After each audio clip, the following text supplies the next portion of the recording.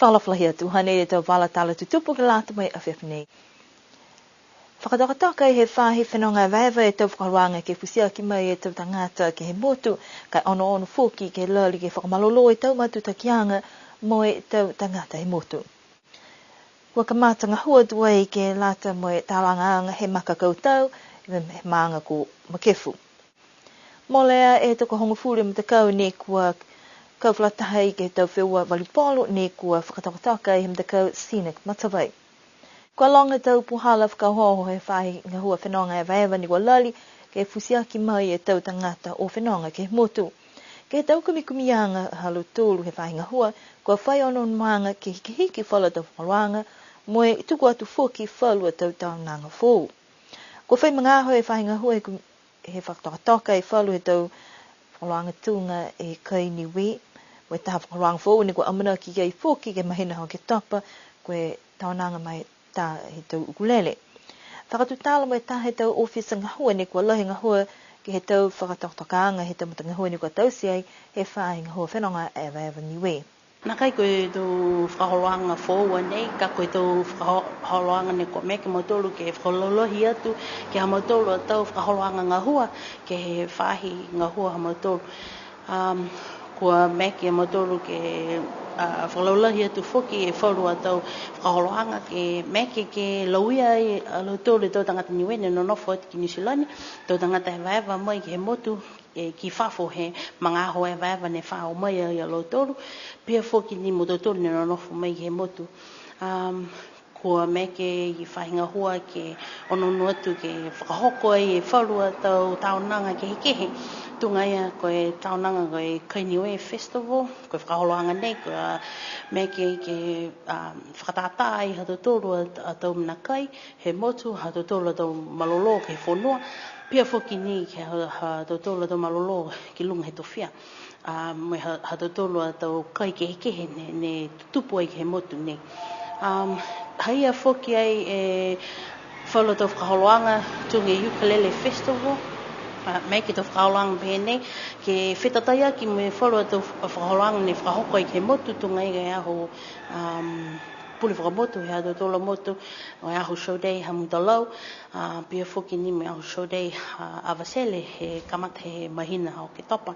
Koe whalu tau whekau whoki ke he tau maanga ne kua whitāni he whakatokatoka, kua manakua e whainga hua ke whai matutakianga ke iloa mahino, e tau mga ho ke mai kei whoki ke whakailoa whakalaulahi. Kai ke moa e matutakianga mitaki, to mai ke whakahoahoa e tau whekau, kai aua ni ke whepaka ki mo vihu ai whoki e tau whakatatalaanga. Ole whakamole mole e whainga hua ke matutaki mai tu mau, ka whai hiki ki anga ke tau mga aho whakahoko e halotola tau whakaholoangas. Pia whoki ni me matutaki mai, ka whai hiki ki anga ke he tau poke whai mena whōu alo tōru ka tause, ka pē whai whakaholoanga tunga e tau whare koroa whōu, ne ko whakatūtū ke tau maanga. Laulahi ki tau e tau whakaholoanga nei ha mo tōru he whahinga hua, kua tōki tua he nakai matutaki i tū mau e tau whahinga hua tunga e tek maang mo ha mo tōru whahinga hua hi nei. Kua ono tu whoki ki ai, wha vihu whoki ni kaha e tau puhala whematutakianga ke whainga hua, pihia whoki ni mo e tau tek maanga, mo lo tōru whoki loto he maanga, si whaukauka whoki tau whekau he tau puhala pihia. Kua ole atu whoki ke whamole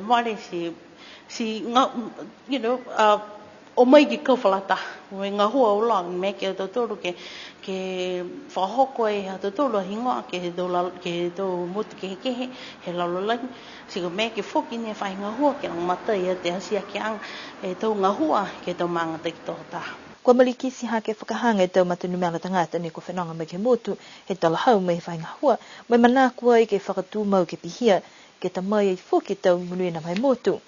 Mai longa whakalahi, koe kautūni e tau ngā hua, kai ke kua kau whakataha e tau tangata, koe mana koe whainga hua whenonga waewa, ke mai ke ai alo tōru, ke moa e matutaki anga mitaki, mai tau whono tak maanga, ke horo mitaki whoki tau whakahoanga, whakahoho halo tōru. Kua holo ki mua e tau whakaholoanga he maanga ko makefu, ke lata mai tālanganga he halu tōru a maka kautau, ke whakanatua ke halu tōru mai he maanga ne ua tuai, ke he whilakuta ke whakamua he lalulangi. Koe tau ka mole ne whakamailoanga i mai whakamanatua he motu, tahe siau e tau tari mai he tukwhenonga e tau kautau haniwi, ke oa tu ke langmatai a New Zealand, ke whilakuta ke whakamua he lalulangi.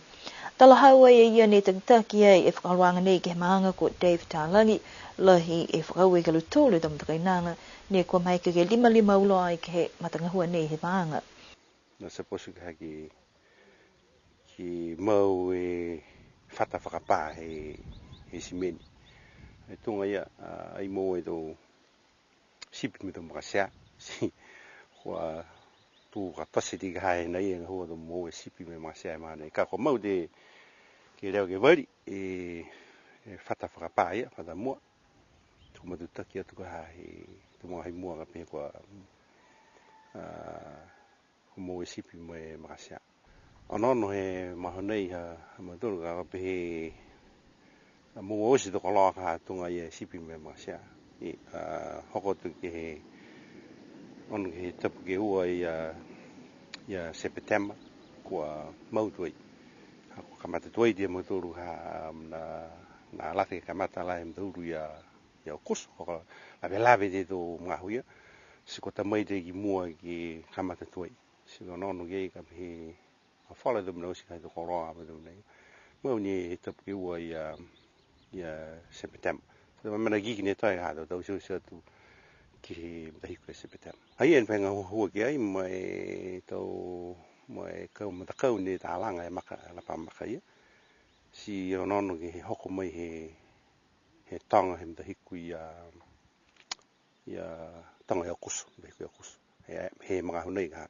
Ko mai ki ai maanga ke moa i anganga kauflataha, mo e whiwhiri ai fōki ke taka e maka kautau nei ki mua e whale tapu ke he loto mali he maanga. Ko pihia ni whiwhiri anga he whahitete ki maanga, pia fōki ni nono ki ai fōki e mtakau aro sei hama kefu.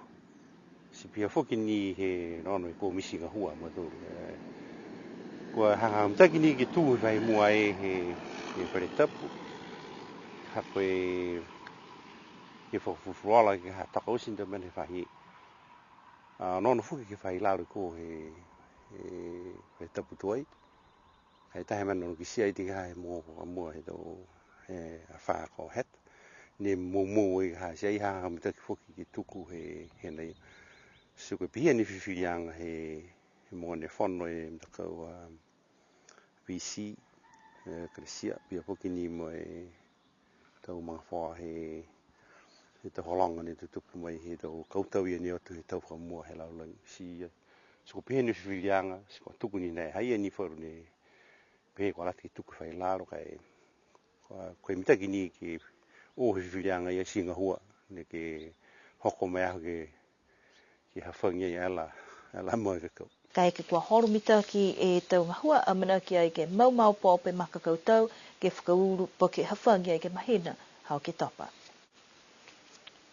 Kua takalonga tau tangata ne kua tolu atu ai ke he whunua i Paliasi ki hoki waha tapu e kua mole, ke lata moe wheua volleyball ne kua tau sei he mtakau Scenic Matawai, ke lata ni moe tahai aho.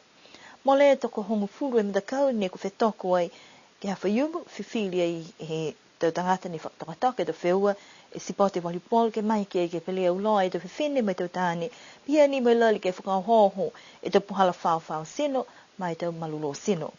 Koe manako fuki ke tau se e taha whakaroanga ke lata moe mga hala uki tuku haonga he tau whanau.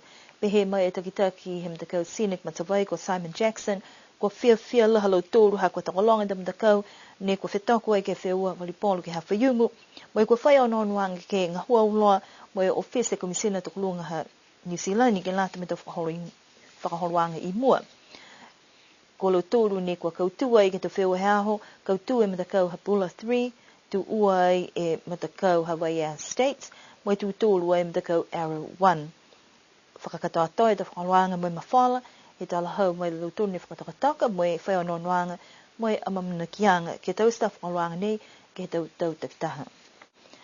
Whakakatoa toi mai hinei e te walatala tutupu, he te tōru galāt mea whiwhinei, amina ki ke mo tu taki foki ke he awhia hatu loto. Mana ko foki ke tuku atu e tamana tu whaalofa ke he mga whaoha a whania ta whatu, ha koe halu tūla ta loto momoko. Ke nono wha manine pō, tō ririu ke whalewea ke he awhia hatu loto.